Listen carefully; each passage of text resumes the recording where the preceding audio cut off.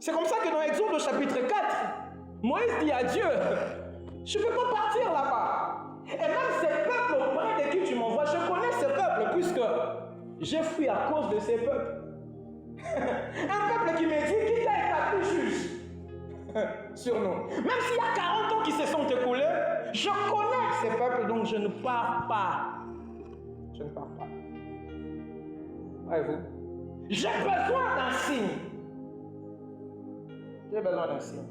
Tu as beau me dire que tu m'as envoyé, tu as beau me dire que tu m'as choisi, mais j'ai besoin d'un signe matériel. Je suis en train de prier ce matin que Dieu donne à quelqu'un un signe matériel qui va certifier son appel. Il n'y a pas d'appel de Dieu sans signe.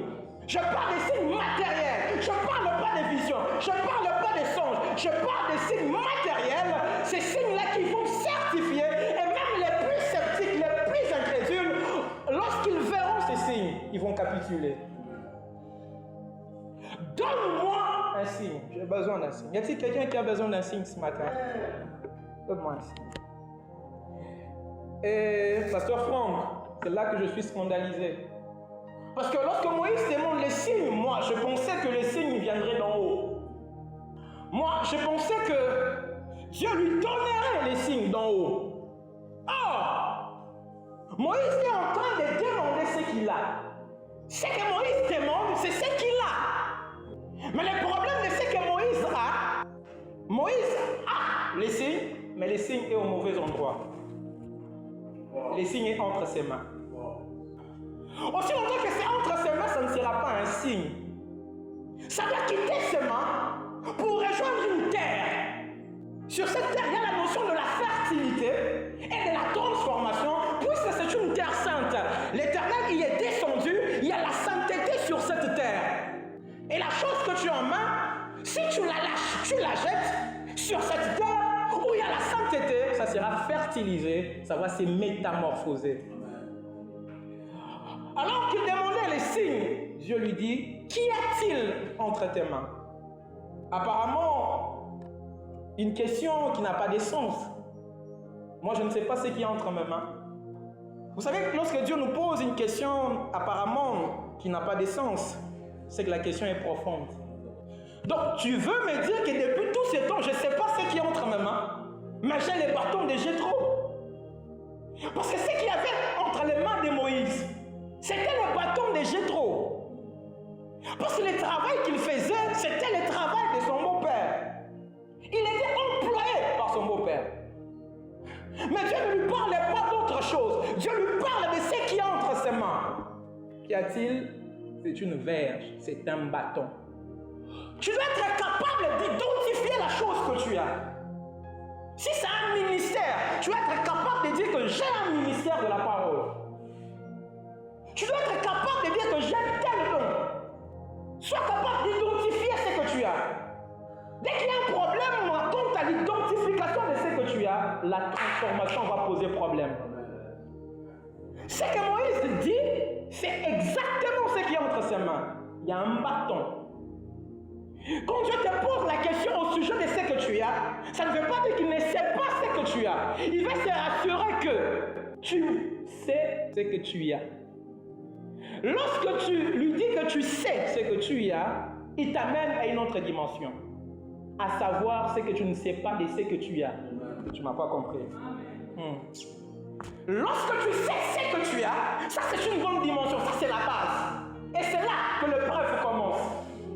J'ai un bâton, très bien. Je pense que ça va fonctionner entre moi et toi. Mais je ne peux pas te dire que c'est un serpent. Tu dois découvrir de toi-même que c'est un serpent. Mais pour que tu découvres de toi-même, pas toi-même, que c'est un serpent, jette ce que tu as. Par rapport au verbe jeter, il y a deux notions très importantes. Qui jette et l'on jette où? Moïse jette son bâton par terre. Et à sa grande surprise, le bâton devient un serpent. Et bien aimé dans le Seigneur, ce qui m'a abasourdi, c'est qu'il commence à fuir son bâton. Oh, mon frère, c'est ton bâton. La chose que Moïse fuit, c'est la chose qui était entre ses mains. Moïse est en train de fuir ce qui était entre ses mains. Mais pourquoi il fuit? C'est transformé. Quel rapport y a-t-il entre un bâton et un serpent? Moïse ne fuit pas les serpents. Attention. Moïse fuit les bâtons devenus serpents. Dans son travail de berger, il a certainement rencontré des serpents. Parce que c'est un berger. Mais en ce moment, il ne fuit pas les serpents. Il fuit son bâton devenu serpent. Je suis en train de déclarer ce matin que les bâtons de quelqu'un deviennent un serpent. Oh, Ramara, soutien. Moïse fuit la chose transformée, devenue un serpent. Pourquoi un serpent? Pourquoi pas un crocodile? Pourquoi pas, je ne sais pas, excusez-moi, un crapaud, tout ça, tout ce que vous voulez. Ça serait toujours un miracle. Ça serait toujours une transformation. Un serpent parce que là où Dieu envoie Moïse, c'est-à-dire l'Égypte, les totems de l'Égypte ancienne, c'est les serpents. Donc l'animal totémique de l'Égypte ancienne, c'est les serpents. Ici, c'est les léopards. Au Sénégal, c'est les lions. En Côte d'Ivoire, c'est l'éléphant. Aux États-Unis, c'est l'aigle et des flèches et des rameaux. Vous voulez la guerre, on vous donne la guerre. Vous voulez la paix, on vous donne la paix.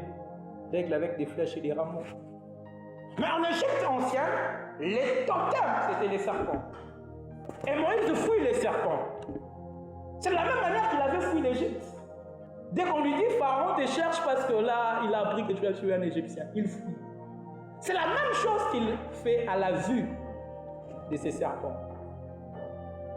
Mais les serpents qu'il fuit, Dieu lui dit, étends ta main, touche-les. Mais ne touche pas à la tête, touche à la queue.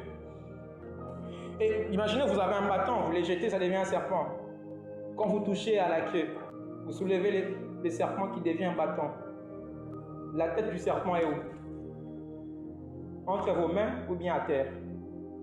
La tête du serpent est à terre.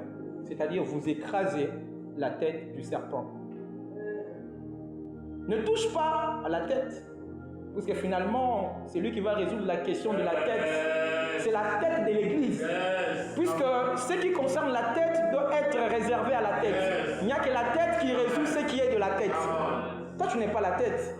Touche la queue.